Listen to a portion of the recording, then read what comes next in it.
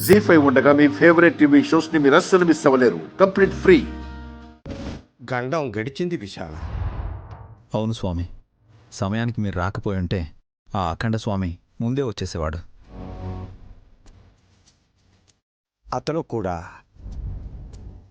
మహిమాన్వితమైన శక్తి గలవాడే విశాల. గాయత్రి పుట్టు పూర్వోత్తరాలు పసిగడతాడని నాకు తెలుసు. అందుకే ఇంటికి రాగానే ఈ దండతో స్వాగతం పలకాలని చెప్పాను.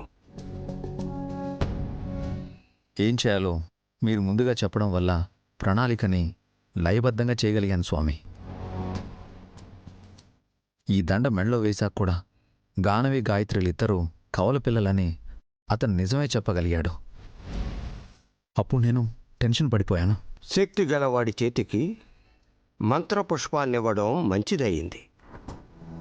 అది అతని చేతిలోకి వెళ్ళిన తరువాత గాయత్రినే గానవి స్థానంలో కూడా కవల పిల్లల్లా కనిపిస్తారు. అలాగే జరిగింది స్వామి. అయితే చిన్న సందేహం ఉంది. అలా గాయత్రినే ఎందుకు కనబడాలి, గానవి ఎందుకు ఇద్దరిగా కనపడలేదో తెలుసుకోవాలనిపిస్తోంది. మంచి ప్రశ్నే వేశావు విశాల.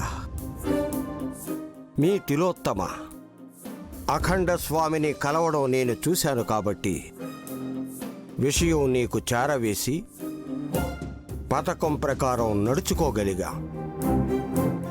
వారికి గాయత్రి పాప మీద అనుమానం రావడంతో అఖండ స్వామి దృష్టి కూడా మొదట తన మీదే పడింది. అదే ముందు గానవిని చూసి ఉంటే అయోమయంతో గాయత్రిని గమనించేవాడే కాదు. ఈ మంత్రపుష్పం దృష్టిని మరల్చింది స్వామి. అయితే ఇకపై నీ దృష్టి తిలోత్తమపైనే ఉంచాలి విశాల. ఎందుకంటే తను అంత త్వరగా రాజీ పడే మనిషి కాదు. ఆ మాటకొస్తే మనిషే కాదు, అసుర లక్షణం కలిగిన తను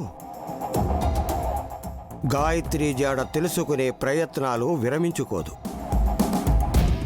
అక్షరాల నిజం స్వామి. ఓటమిని ఒప్పుకోదు తిలోత్తమమ్మ. పెంచిన తల్లి కాబట్టి నా కన్న తల్లికి తన ప్రాణాన్ని బహుమతిగా ఇవ్వలేకపోతున్నాను. తొందరపడి నీ చేతికి నెత్తురు అంటించుకోక విశాల.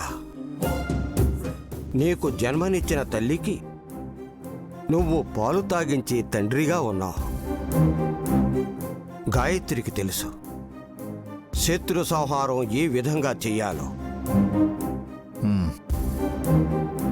మా అమ్మ పెరిగి పెద్దదయ్యేంత వరకు మీ అండదండలు ఉండాలి స్వామి.